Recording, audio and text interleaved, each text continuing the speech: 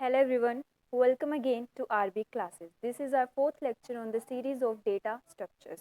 हमारे previous lecture में हमने समझा था कि what are dynamic data structures, कि इनमें पॉइंटर्स है उनका हम यूज़ कैसे करते हैं, क्या इंपॉर्टेंस है पॉइंटर्स की, एंड कैसे हम डायनेमिकली किसी भी वेरिएबल को मेमोरी एलोकेट करते हैं with the help of malloc function. Okay, आज हम समझेंगे about the types of dynamic data structures that are linked list, trees, heap and graph. So let's move towards the first type, that is linked list. इसकी definition को ध्यान से समझना. A linked list is a linear connection of data elements called nodes, which means इसमें जो ये data elements है इनको हम nodes कहते हैं. Where the linear order is given by pointers with not physically. अब इस statement का क्या मतलब है? This is what are link list. ये हमारी लिंक लिस्ट है. इसमें क्या है, हमें इसमें हम देख रहे हैं, हमें लग रहा है कि जो ये एलिमेंट्स हैं, जो ये नोड्स हैं, आपस में क्या है, सीरियली कनेक्टेड है, but it's not. It's just a demonstration to let us understand the concept of link list. But physically ऐसा कुछ भी नहीं है. फिजिकली ये नोड किसी और लोकेशन पर है, ये नोड किसी भी लोकेशन पर है, भी ये कॉन्टीन्यूसली स्टोर नहीं है.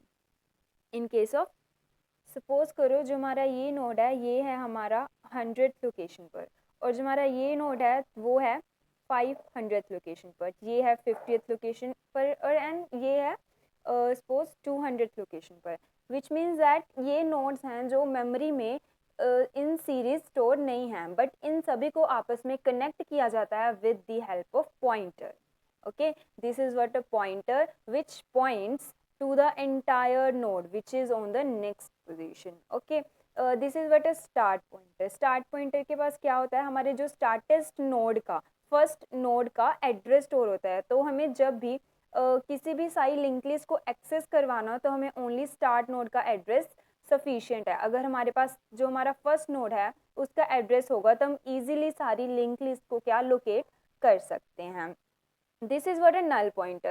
Null pointer is used to show the end of linked list. Linked list के end को show करने के लिए हम null pointer को use करते हैं. Okay, अब आ जाते हैं हमारे node पर. This is what our node. This is अब इसमें हमें देखने को मिल रहा है कि ये दोनों आपस में कनेक्टेड है, बट फिजिकली ये दोनों आपस में ऐसे कनेक्टेड नहीं है. इन दोनों को आपस में कंबाइन किया है with the help of structures. Structures के बारे में आपको पता ही है क्या होता है, वो डिफरेंट डिफरेंट टाइप के डेटा टाइप्स को आपस में कनेक्ट करता है एंड ऐसा कुछ टाइप का बना लेता है अपने आप को. ओके, तो ये है लिंक लिस्ट. लिंक लिस्ट में मोस्टली कॉमनली हमारे पास टू टाइप्स होते हैं. द फर्स्ट जो ये पार्ट होता है इसको हम इंफॉर्मेशन पार्ट बोलते हैं, और ये सेकेंड पार्ट है इसको हम बोलते हैं pointer to the next node. Which means ये पॉइंटर फील्ड होती है जो क्या करती है, इसके नेक्स्ट जो नोड है उस एंटायर नोड के एड्रेस को अपने पास क्या करती है, स्टोर करती है, ताकि जो ये इसको पॉइंट कर सके. ओके, तो जैसे हमने देखा कि हम किसी भी नोड को, किसी भी नोड टाइप साइज को कैसे मेमोरी एलोकेट करवाते हैं size with the help of structure. So let us understand what about structure. This is what the creation of this node. इस node को हम कैसे create करते हैं with the help of structure. So this, let us take the node. This is what a node. These are the two parts. General linked list has two parts. This is the informative part. This is the pointer part. तो इसको हम कैसे create करेंगे, suppose करो हमारा जो informative part है वो है इंटीजर टाइप का. तो हमने इंटीजर नाम का एक वेरिएबल डिक्लेयर किया डेटा. तो इट मीन जो भी हम इसमें डेटा को एंटर करवाएंगे वो किस कहाँ पर स्टोर हो जाएगा, इस पार्ट में. सेकंड हमने क्या लिया, स्ट्रक्ट नोड टाइप का एक पॉइंटर लिया है. हमने स्ट्रक्ट नोड टाइप का पॉइंटर क्यों लिया है, जो ये हमारा पॉइंटर है वो हमने स्ट्रक्ट नोड टाइप का क्यों लिया है, क्योंकि जो ये पॉइंटर है वो क्या है, एंटायर नोड को पॉइंट कर रहा है. इसलिए हमने इस सारे जो हमारा ये सारा स्ट्रक्चर है, इस सारा नोड को पॉइंट करने के लिए एक पॉइंटर लिया. Okay, this is how a node is created in the memory with the help of structure. Now इस नोड को हमारे जो मेमोरी है उसमें स्पेस एलोकेट हम कैसे करते हैं, एमएलओ फंक्शन की हेल्प से. और वो कैसे करेंगे, देखो, this is what a type casting. Type casting में क्या होता है, अभी अगर हमने सपोज करो जो हमारा डेटा उसको हमने पॉइंटर के साइज में मतलब जिस वेरिएबल के साइज में दूसरे वेरिएबल को असाइन करवाना हो तो हम टाइप कास्ट करते हैं कि उस टाइप में वो कन्वर्ट हो जाता है, इसके लिए हम टाइप कास्टिंग। और ये भी क्यों करते हैं मैं आपको बताऊंगी, पहले आप देख लो एमएलओक फंक्शन में कैसे हम साइज को एलोकेट करते हैं। एमएलओक साइज ऑफ स्ट्रक्ट नोड, हमने इस सारे स्ट्रक्ट नोड का साइज एलोकेट करवाना है, इसलिए यहाँ पर हमने पाया struct node. This is what the syntax. Now let's come towards the type casting. हमने टाइप कास्टिंग क्यों की है, क्योंकि तो हमने जो ये टाइप कास्टिंग की है वो पॉइंटर टाइप की क्यों की है। सी, जो हमारा ये नोड है, इस सारे नोड का एड्रेस किस पॉइंटर के पास होगा, नेक्स्ट पॉइंटर के पास।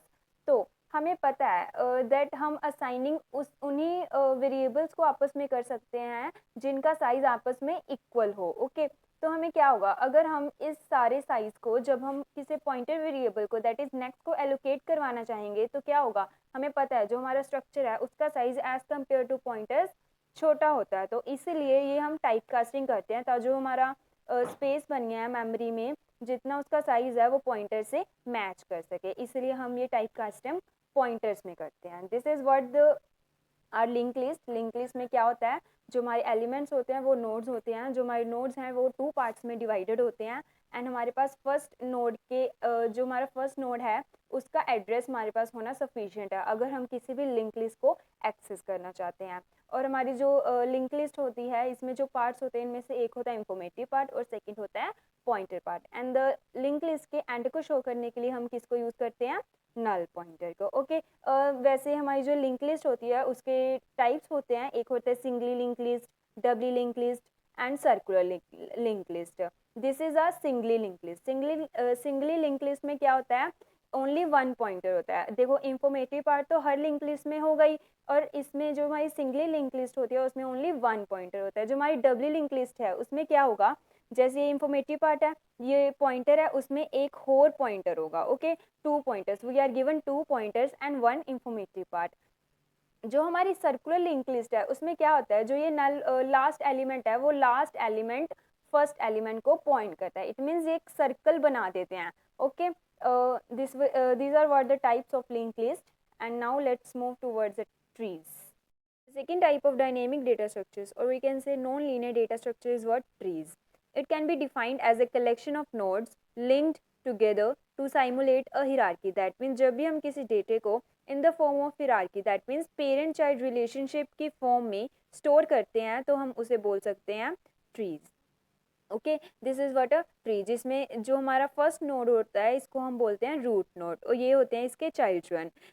One more thing is that a parent can exist without a children but a child can not exist without a parent. That means see this is what a child of this parent, a is a parent to these 3 children, okay, and b is a parent to this d is what a child of b. अगर हम V node को नहीं लगाएं और only D को यहाँ पर लगा दें तो that means it will not be a tree, क्योंकि अगर डी का कोई पेरेंट ही नहीं होगा तो हम डी को कैसे एग्जिस्ट यहाँ पर कर सकते हैं। Okay this is what a tree. Now this is a demo, कैसे हम ट्री को डायनेमिकली क्रिएट करते हैं। This is a doubly link list. इसमें क्या होता है, एक लेफ्ट नोड होता है और एक राइट चिल्ड्रन होता है। लेफ्ट चिल्ड्रन को जो हमारा लेफ्ट पॉइंटर होता है वो लेफ्ट चिल्ड्रन को पॉइंट करता है, और जो हमारा राइट पॉइंटर होता है वो राइट चिल्ड्रन को पॉइंट करता है। अगर किसी भी नोड का कोई भी चाइल्ड नहीं है, दैट मीन्स अगर उसका लेफ्ट चाइल्ड नहीं है तो उसको हम नल पॉइंटर के साथ रिप्रेजेंट करते हैं। Okay null pointer is used for showing the end of an linked list. Okay this is what a tree. एक होती है बाइनरी ट्री। अब देखो ट्री और बाइनरी ट्री में क्या डिफरेंस होता है, जो हमारी ट्री है उसके पास किसी भी एक पेरेंट के नंबर ऑफ चिल्ड्रन हो सकते हैं। दैट मीन्स इसमें एक पेरेंट के कितने चिल्ड्रन हैं, ए के बी जी और C, that means 3। But in case of binary tree में क्या होता है, किसी भी पेरेंट के एटमोस्ट 2 चिल्ड्रन हो सकते हैं, 0 1 और 2, 2 से ज़्यादा किसी भी पेरेंट के चिल्ड्रन नहीं हो सकते। That is what a binary tree. Okay our third type of data structure is heap is a tree based data structure. that means ये भी एक ट्री का ही ट्री की डेमोन्स्ट्रेशन क्रिएट करता है, मतलब इसमें भी हम अपना डेटा है जो हम ट्री की फॉर्म में ही स्टोर करते हैं, but it is different from tree in one way that a complete binary tree is known as heap. Heap क्या होती है, कम्प्लीटली बाइनरी ट्री होती है। कम्प्लीटली बाइनरी ट्री का क्या मतलब होता है, these are what the levels of tree.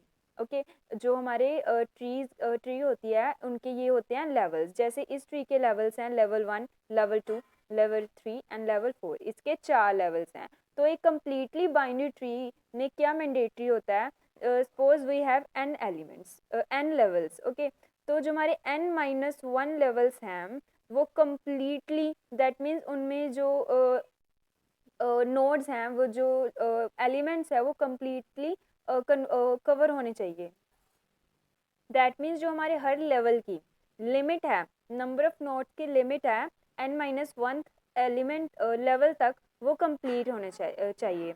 और किसी भी लेवल की लिमिट क्या कैसे हम पता करते हैं, जैसे this is the first level to the power 0, वैसे हम इसको level 0, level 1, level 2 and level 3 बोलते हैं। ओके, 0 से हम स्टार्टिंग करते हैं हमारे लेवल्स की। तो हम लेवल्स को कैसे इनकी जो हमारी लिमिट है नोट्स की, वो हम कैसे कैलकुलेट करते हैं, that is to the power 0।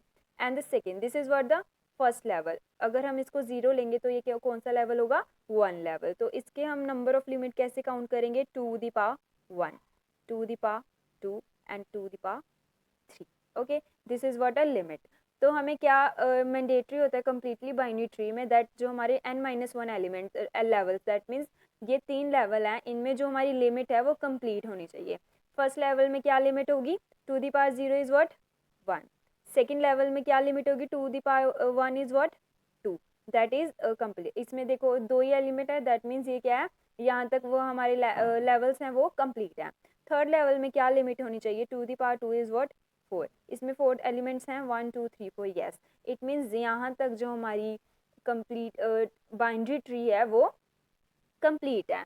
And जो हमारी कंप्लीटली बाइनरी ट्री का जो हमारा लास्ट लेवल है, उसमें ये जो एक चीज़ वो मैंडेटरी होती है कि जो हमारे एलिमेंट्स हैं वो लेफ्ट से एंटर होने शुरू हों। दैट मीन्स जो जैसे हम इसमें देख सकते हैं, जो हमारा फर्स्ट एलिमेंट है वो लेफ्ट मोस्ट जो हमारे एलिमेंट की पोजीशन से स्टार्ट हो रहा है। अगर हम यहाँ पर इस डेटे को ना इस एलिमेंट को ना स्टोर करें और यहाँ पर स्टोर कर दें, तो ये कंप्लीटली बाइनरी ट्री नहीं होगी, क्योंकि जो हमारे लेफ्ट मोस्ट इससे पहले के जो ये नोड्स हैं, ये पोजीशंस हैं, ये क्या है, खाली हैं। तो इसलिए अगर हमने हीप को क्रिएट करना है, इट इज़ मैंडेटरी जो हमारी हीप है वो एक कम्प्लीटली बाइनरी ट्री होनी चाहिए। Okay, this is what a heap. Now let's come towards the types of heap. Heap के 2 टाइप्स होते हैं, एक होती है मैक्स हीप और एक होती है मिन हीप। मैक्स हीप में क्या होता है, जो हमारा पेरेंट नोड है वो बिगर होता है उसके चिल्ड्रन नोड से। जो वैल्यू होती है हमारे पेरेंट नोड की, it is greater than it's children, that is this is a parent for these two and this is a parent for these two, and see we can see that 10 is greater than both of these values, and this is a parent of this, and 3 is greater than 2. This is what a maxis में क्या होता है, greater than smaller and smaller, मतलब ऊपर से नीचे की तरफ जाते हैं जो हैं elements. But in case of मिन हिप में क्या होता है, जो हमारा रूट नोड है वो उसके चिल्ड्रन मतलब जो हमारा पेरेंट नोड है वो अपने चिल्ड्रन नोड से क्या होता है, छोटा होता है। That means you can see that this is 4 and these 2 children are greater than its parent. Okay, as it is ये क्या होता है, छोटे से बड़े मतलब स्मॉलेस्ट टू बिगेस्ट की तरफ जाते हैं, और इसमें क्या बिगेस्ट टू स्मॉलेस्ट की तरफ जो हमारे नोड्स हैं वो जाते हैं। This is what are heap. Our last type of dynamic data structure is graph. A graph is a collection of vertices and edges, V and E, where V is what, a set of vertices, and E is what, a set of edges. Let us take an example. Suppose this is one vertex, this is another vertex, and this is a third.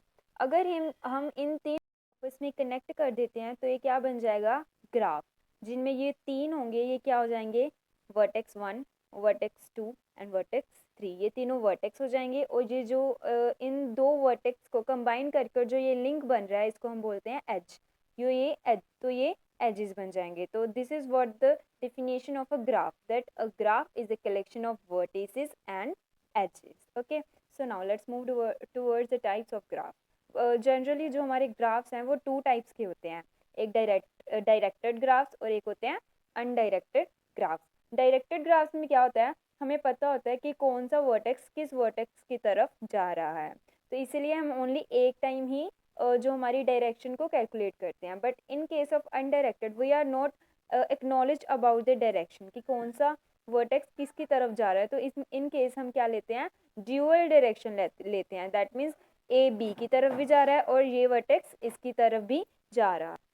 तो in this case अगर हम calculate करना चाहें कि हमारे vertex कितने हैं और हमारी एजेस कितने हैं, तो हम करेंगे वर्टेक्स कौन से हैं हमारे A B C and D, but edges हम कैसे कैलकुलेट करेंगे, on the basis of directions, that is A to B, first is A to B, second edge है हमारी C to B, C to B, third है D to C, D to A and B to D, these are what are edges. But in case of undirected हम कैसे count करेंगे हमारी edges, vertex को तो हम ऐसे ही लेंगे जो जो हमारे हैं A B C D and E, but edges को हम कैसे काउंट करेंगे, A to B to A, that means हम दोनों को लेंगे, okay, B to E to B, E to D to E, D to C to D, A to C and C to A and B to D and D to B, ऐसे हम क्या करेंगे इसको calculate करेंगे। These are what the types of are graph, okay. So guys आज के लिए इतना ही, मिलते हैं हम हमारे नेक्स्ट लेक्चर में।